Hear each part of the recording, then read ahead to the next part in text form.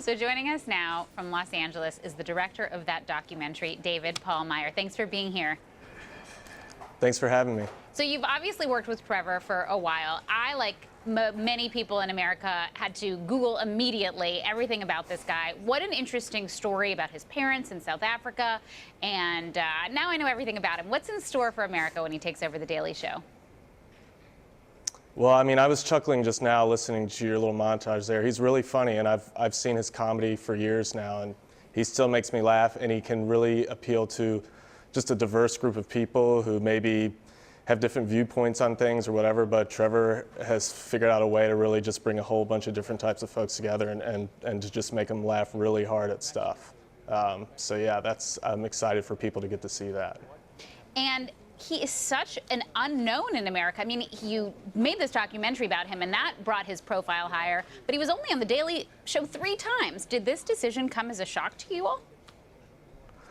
Well, Trevor's really big in the world. I mean, his Twitter account, I think he has over 2 million followers already, and he's worked really hard for a really long time. I think the documentary is just one piece of his story. I mean, he's been on Leno, he was on Letterman, he's toured the country with some other comedians, and so he's you know, it's, I guess in terms of something like The Daily Show, yeah, it's huge, but Trevor, I mean, he's just been doing so many things for so long. It's just kind of, I mean, but yeah, it's still obviously amazing. I mean, for anyone, I think, to get The Daily Show, it's a huge thing. Very huge. He's smart, he's funny, he has an interesting storyline. What do you think about him is so special, just from knowing him and doing this documentary on him? Well, yeah, I think in the documentary he speaks a lot about his past, and that really influences comedy. And his family situation was really unique. Growing up in a family where it was illegal at the time that he was born for his parents to even be together. So he's just always grown up with this sort of outsider's perspective, but also being able to relate to everyone as well.